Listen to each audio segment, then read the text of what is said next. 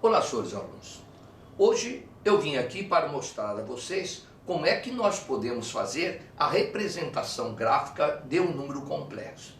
E depois de mostrar a vocês como é que nós podemos fazer esta representação, mostrar uma outra maneira de nós escrevermos esse número complexo, que é escrever o número complexo na forma chamada de forma trigonométrica. Para nós conseguirmos esses dois objetivos dessa nossa aula de hoje, eu separei aqui alguns exercícios para nós fazermos. Repare nesse primeiro exercício, aonde ele pede para você determinar a forma trigonométrica desse número complexo.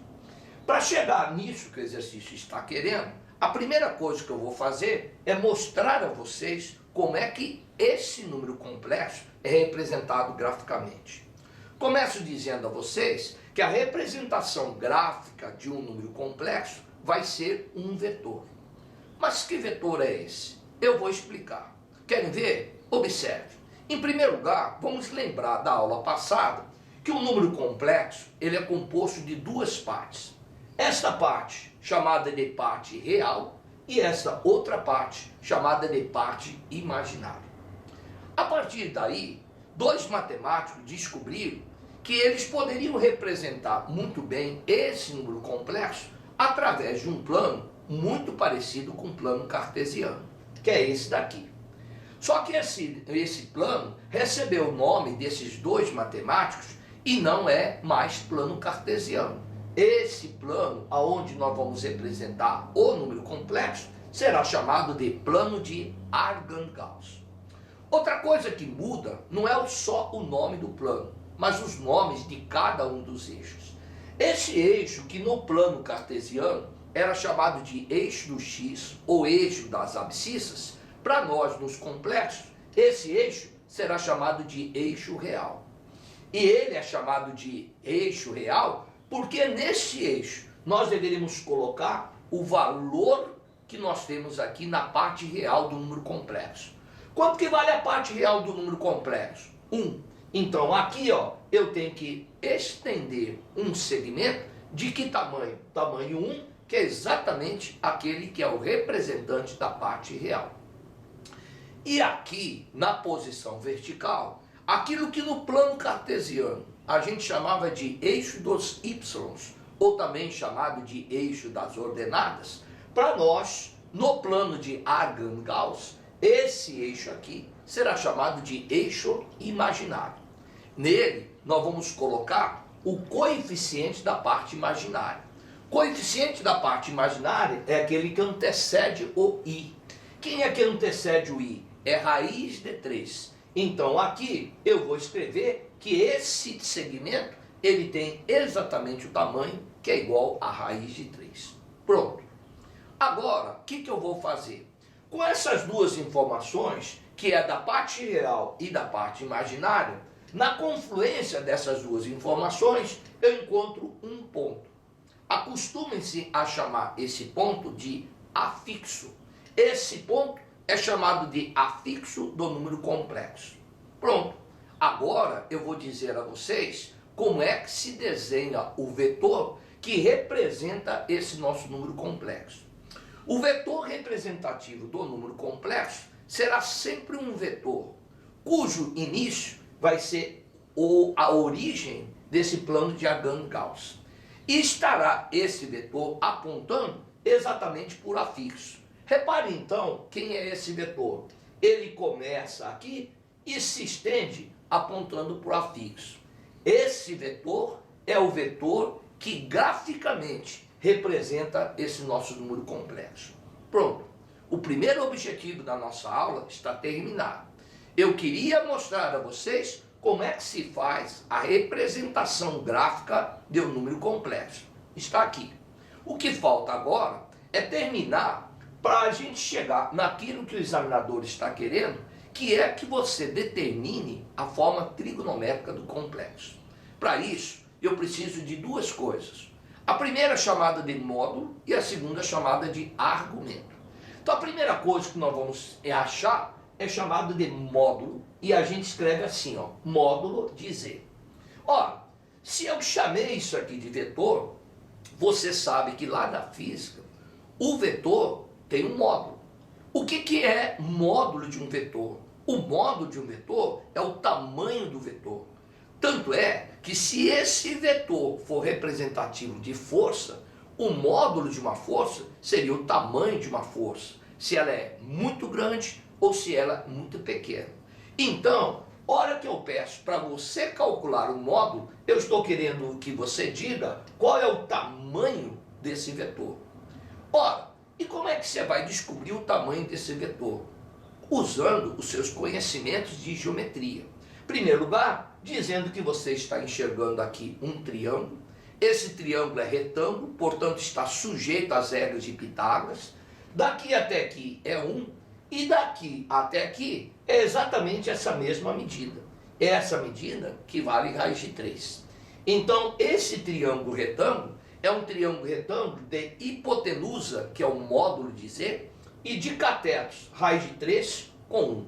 Então, já que eu quero saber o tamanho desse módulo, eu vou aplicar Pitágoras, que disse que o quadrado da hipotenusa é igual à soma dos quadrados de seus catetos. Ora, 1 ao quadrado é igual a 1. Raiz de 3 ao quadrado é igual a 3. Então, módulo de Z elevado ao quadrado é igual a 4. Então, o módulo de Z é igual a 2.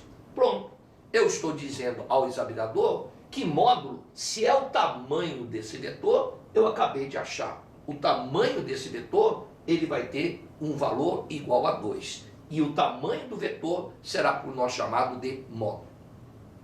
A segunda coisa que você tem que determinar é aquilo que nós chamaremos de argumento, representado geralmente pela letra grega θ. E o que é esse argumento? Argumento é um ângulo.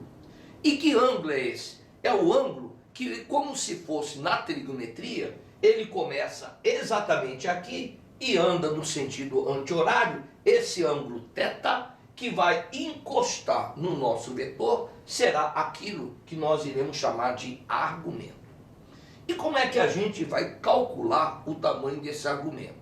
Usando também fórmulas muito básicas que nós aprendemos na nossa trigonometria. Lá vocês aprenderam assim: seno, cateto oposto sobre hipotenusa; cosseno, cateto adjacente sobre hipotenusa; tangente, cateto oposto sobre cateto adjacente. Qual dessas fórmulas você vai usar? Qualquer uma delas. Eu prefiro usar a fórmula da tangente. A tangente que diz que é cateto oposto sobre cateto adjacente. Em relação ao θ, o cateto oposto é raiz de 3. Em relação ao θ, cateto adjacente é 1. Então, o cateto oposto é raiz de 3, o cateto adjacente é 1. Esse dividido por esse vai ficar igual a raiz de 3. Vou dizer ao meu examinador que esse ângulo aqui eu conheço, porque se a tangente de θ dá raiz de 3, eu já tinha decorado. A tangente que dá raiz de 3 é quando esse ângulo θ for igual a 60 graus. Pronto. Então agora eu já sei o módulo e eu já sei o argumento. E agora falta somente mostrar ao examinador qual é a forma trigonométrica. O que eu vou pedir para vocês, em nome da velocidade, que você decore que a forma trigonométrica é esta forma. De início, falar dessa forma causa no aluno um arrepio, porque parece que essa fórmula é demais complicada. Na realidade, não. Você vai ter que fazer o seguinte: colocar no lugar disso aqui o valor do módulo e colocar no lugar do θ o valor 60 graus. E termina. Repare, olha o que eu vou fazer. No lugar do módulo eu vou colocar 2 e aonde tem θ eu escrevi 60 graus. Então, desta forma, eu vou dizer a vocês que está agora exposto aqui nesse slide 3 maneiras diferentes de fazer a representação do mesmo número complexo. Eis aqui o número complexo numa forma normal, eis aqui o número complexo representado dentro de um gráfico, e eis aqui o mesmo número complexo representado na forma trigonométrica. E é isso, então, que nós iremos fazer nessa nossa aula de hoje. Mostrar a vocês como é que se coloca um número complexo numa forma trigonométrica. É claro que fazer um único exercício desse não me deixa muito seguro e não deixa também vocês seguros. Que vocês seguros de aprender e eu ter a segurança de já ter passado para vocês tudo aquilo que você precisa para fazer a forma trigonométrica. Eu acho que a gente precisa fazer um outro exercício, mas mesmo sabendo que a gente vai praticamente repetir tudo aquilo que nós falamos agora. Querem ver? Olha o segundo exercício. O segundo exercício, ele também pede para você fazer a forma trigonométrica desse Z. Então, vamos rapidamente dizer aquilo que nós acabamos de fazer no exercício número 1. Se esse é um número complexo, ele tem duas partes, a parte real e tem a parte imaginária. Para representar esse número complexo, eu vou chamar esse plano, chamado de plano de Argand-Gauss, e aqui esse eixo é chamado de eixo real. E no eixo real, eu vou colocar o valor real dele, que é 2. Então aqui ó, vai ser 2 positivo, então vai estar para o lado direito. E esse outro eixo aqui é o eixo na vertical, que nós já vimos, que esse eixo é chamado de eixo imaginário. E quem é que eu vou escrever aqui na parte imaginária? Eu vou escrever o coeficiente do I. Quem é o coeficiente do I? O coeficiente do I é menos 2, é negativo. Se é negativo, ao invés de ser para cima, ele é para baixo. Por quê? Porque ele é negativo, negativo menos 2. Na confluência dessas duas informações, eu encontro esse ponto que nós aprendemos com o nome de afixo. E agora eu vou desenhar o número complexo. Esse número complexo 2 menos 2i será representado através de um vetor, cuja origem vai ser a origem do plano de Argand-Gauss, e ele estará apontando para o afixo. Então, este daqui é o número complexo. Pronto. A representação do número complexo é esse. Você até pode dizer que ele está em que quadrante? Quarto quadrante. Primeiro, segundo, terceiro. Isso aqui está no quarto quadrante. Então, olha agora o que nós vamos fazer. Vamos agora começar a calcular, em primeiro lugar, o módulo. Eu disse a vocês e torno a repetir. Módulo é o tamanho desse nosso vetor. Então eu tenho que saber quem que é o tamanho desse vetor. E como é que eu vou achar o tamanho desse vetor? De novo, enxergando o triângulo. Por exemplo, esse triângulo. Aonde eu sei que daqui até aqui é 2, aonde eu sei que daqui até aqui é exatamente essa mesma medida. Portanto, essa medida também é 2. Então, para achar o Z, que é a hipotenusa desse triângulo retângulo, eu vou de novo me valer do teorema de Pitágoras, que diz que o quadrado da hipotenusa é igual à soma dos quadrados dos seus catetos. Se você fizer essa conta, 2 ao quadrado dá 4, menos 2 ao quadrado também dá 4. Então isso aqui vai ficar 4 mais 4, que vai dar 8. Espero que os senhores não tenham nenhum problema de tirar a raiz quadrada de 8. Porque raiz quadrada de z ao quadrado é z, e a raiz quadrada de 8 é 2 raiz de 2. E o que é esse 2 raiz de 2? É o módulo. O que é o módulo? Módulo é o tamanho desse vetor. Na realidade, você poderia ir até muito mais rápido do que eu estou fazendo, bastando que você tivesse enxergado uma coisa. Se isso aqui é 2 e se isso aqui é 2, o meu dedo está desenhando um quadrado. Se o meu dedo está desenhando um quadrado, essa linha daqui até aqui é a diagonal do quadrado. Portanto, eu nem precisava fazer todas essas contas, bastava dizer para o examinador que nesse caso, em especial, eu conheço uma fórmula lá da geometria que diz que a diagonal do quadrado seria lado raiz de 2. Como o lado é igual a 2, eu já saberia, mesmo sem fazer essas contaiadas todas, que o módulo seria 2 raiz de 2. Agora, o que nós estamos querendo é verificar como é que a gente acha o argumento. Bom, eu acho que no primeiro exercício não ficou muito claro, só que agora eu queria reforçar isso aqui para ver se você realmente entendeu aonde está o argumento. O argumento, eu disse a vocês, que você vai ter que arrumar esse θ como se fosse na nossa trigonometria.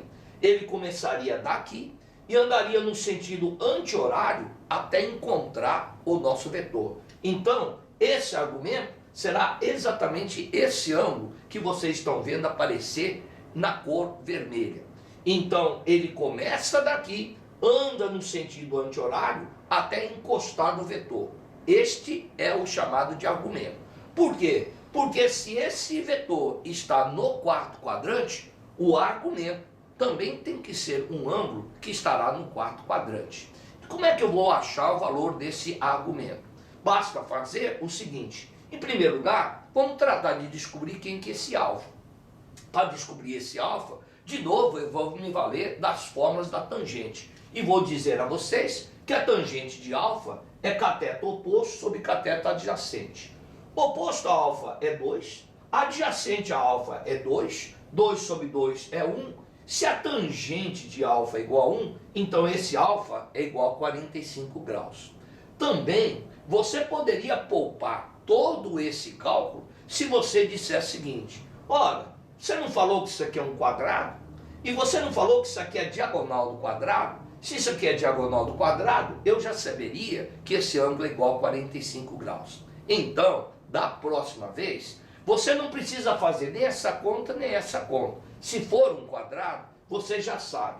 A diagonal do quadrado é lado raiz de 2, e o ângulo que está aqui dentro desse quadrado é igual a 45.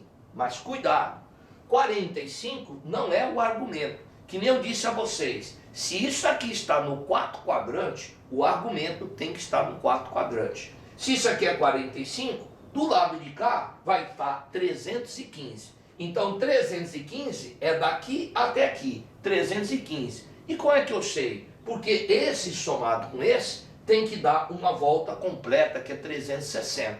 Por isso que isso aqui é 45, esse aqui é 315. E agora eu vou dizer para o examinador que essa fórmula trigonométrica é uma fórmula que eu decorei. Eu decorei que a fórmula trigonométrica é módulo de z multiplicado pelo cosseno do argumento mais i vezes seno do argumento. Então eu vou dizer o seguinte: no lugar do módulo, eu escrevo 2 raiz de 2. No lugar do θ, eu escrevo 315. Pronto, está aqui representado esse número na forma chamada de forma trigonométrica. Repararam então que eu fiz esses dois exercícios para mostrar a vocês como é que nós transformamos o número complexo. Em primeiro lugar, mostrando como é que se faz o desenho dele, e em segundo lugar, mostrando como é que se escreve a forma trigonométrica. Bom, eu ainda não estou satisfeito, mas vou ficar muito satisfeito se você, além do exercício 1 e 2, você entender o exercício 3, que vai fazer exatamente o processo contrário. Ou seja, a partir do gráfico, eu quero que você me determine quem é esse número complexo. Então vamos verificar. Gente, eu acabei de dizer e vou repetir para vocês que isso que nós chamamos de módulo, módulo é o tamanho do vetor. Só que nesse caso, o desenho está dizendo que o tamanho desse vetor é igual a quanto? Igual a 8. Então eu vou dizer, o módulo desse vetor é igual a 8. Módulo é sempre o tamanho do vetor. Outra coisa também que eu posso tirar somente na observação do nosso desenho é o tal do argumento. Se você entendeu bem o que eu falei, acabei de falar no exercício anterior, esse daqui não é o argumento. O argumento sempre começa daqui e anda no sentido anti-horário. Esse argumento é esse ângulo aqui, ó. Esse ângulo aqui que é o argumento. Então veja aqui uma coisa. O que você deve saber que esses dois ângulos somados têm que dar 180. Se isso aqui é 60, eu tiro a conclusão que esse θ, que é o argumento, vai ser igual a 120 graus. Então não se esqueça, argumento sempre começa daqui e anda no sentido anti-horário. E como esse vetor está no segundo quadrante, o argumento tem que ser obrigatoriamente um ângulo que está no segundo quadrante. Pronto. Agora, como eu já tenho módulo e eu já tenho argumento, eu vou dizer para o examinador que eu sei então a forma trigonométrica. A forma trigonométrica é uma fórmula que eu decorei como sendo módulo de z multiplicado pelo cosseno do argumento mais i vezes seno do argumento.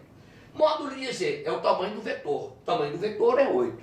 Argumento. argumento é 120, então eu vou escrever aqui seno de 120, cosseno de 120, ok? Pronto. Senhores, se ele quer o número complexo, esse é o número complexo. Só que esse número complexo está representado na forma trigonométrica. Essa daqui já seria a resposta que você poderia dar para o seu examinador. No entanto, se ele quiser que você substitua os valores do cosseno de 120, o seno de 120, não tem problema, porque você já sabe quais são os valores deles. Sabe de uma coisa? No lugar do cosseno de 120, escreva menos meio. Por quê? Porque cosseno de 120 é a mesma coisa que cosseno de 60 com um sinal trocado. E o seno de 120 é a mesma coisa que seno de 60 sem tirar nem pôr. Seno de 120, mesma coisa que seno de 60. Seno de 60 é raiz de 3 sobre 2. Para terminar e entregar esse exercício na forma mais simplificada possível, multiplique esse parênteses por 8. Se você fizer a multiplicação do parênteses por 8, vai ficar 8 vezes menos meio é igual a menos 4. 8 vezes i raiz de 3 sobre 2, 8 dividido por 2 dá 4, então isso aqui vai ficar 4 raiz de 3i. Pronto. Dessa forma, nós fizemos exatamente o caminho contrário daquele que nós fizemos nos dois primeiros exercícios de hoje. Aqui foi dado o gráfico e nós chegamos no número complexo, enquanto que nos dois primeiros exercícios nós pegamos o número complexo e chegamos no gráfico e chegamos na sua forma trigonométrica. Como você está reparando, ao terminar essa aula, eu gostaria que você tivesse a sensação de que você sabe agora transitar dentro dos números complexos nas duas direções. Chegando do número complexo e chegando na sua forma trigonométrica, ou tendo a sua forma trigonométrica e chegando na sua forma normal. E é isso que eu queria e eu tinha como objetivo dessa nossa aula de hoje. Espero que os senhores tenham gostado e eu aguardo os senhores para a nossa próxima aula. Até mais, senhores.